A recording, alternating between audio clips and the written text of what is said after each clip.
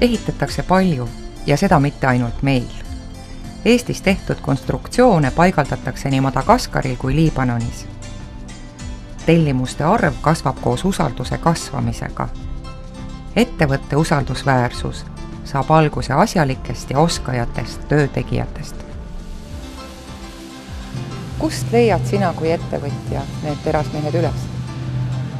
Jah, ei saa salata, et tänapäeval sellega probleeme meil siin on, et see nõuab piisavalt head ettevalmistust, koolitust, kvalifikatsiooni ja kahjuks ei ole see eriala nii populaarne, kui ta võiks olla.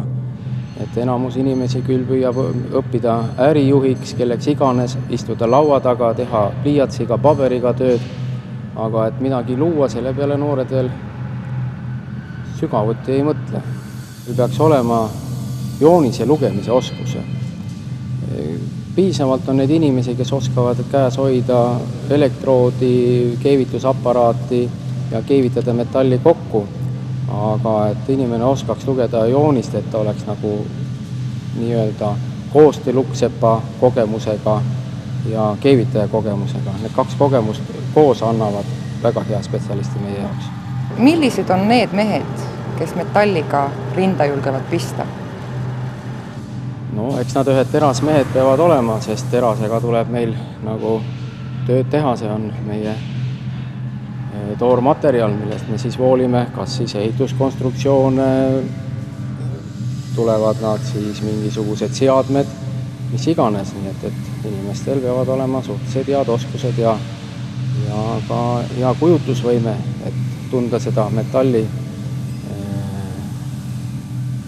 iseloomu. See on mingil määral nagu, võib-olla palju võrrelda, et kunstiteose tegemine, aga elu tuleb metalli taga ka näha, et mis konstruktsioon sellest välja tuleb.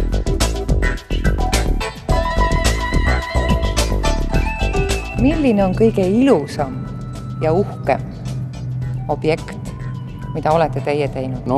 Kõige suurem objekt, mida me oleme teinud ja mida me tõesti oleme oma reklaamid kasutada, on Saku Suurhalle, kus siis vaba ava suurus oli ligi 70 meetrit. See on pikim firm, mida üldse Eestis tehtud on.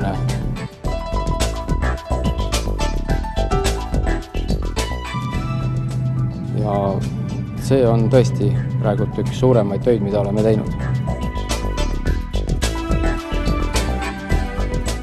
Iga objekt, mis me teeme, on eriline, näiteks võttes A. Le Coq Arenat jalgpallistaadionit, kuhu läks ligi 600 tonni teraskonstruktsioone. Tema tootmine oli juba omamoodi huvitav, kuna konstruktsioonid olid piisavalt suured, ei mahtunud nad hästi meie puhastus- ja värvimiskambritessegi.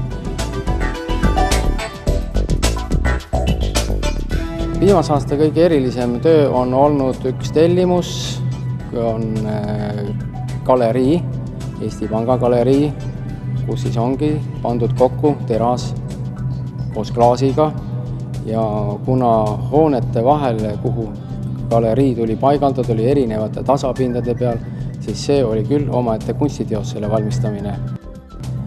Seal oli palju erinevate nurkadega saagimist ja ütleme nii, et ta oli kõik torud, mis seal olid eri nurkade all. Ei olnud midagi niimoodi, mis oleks läinud otse ja sirgelt.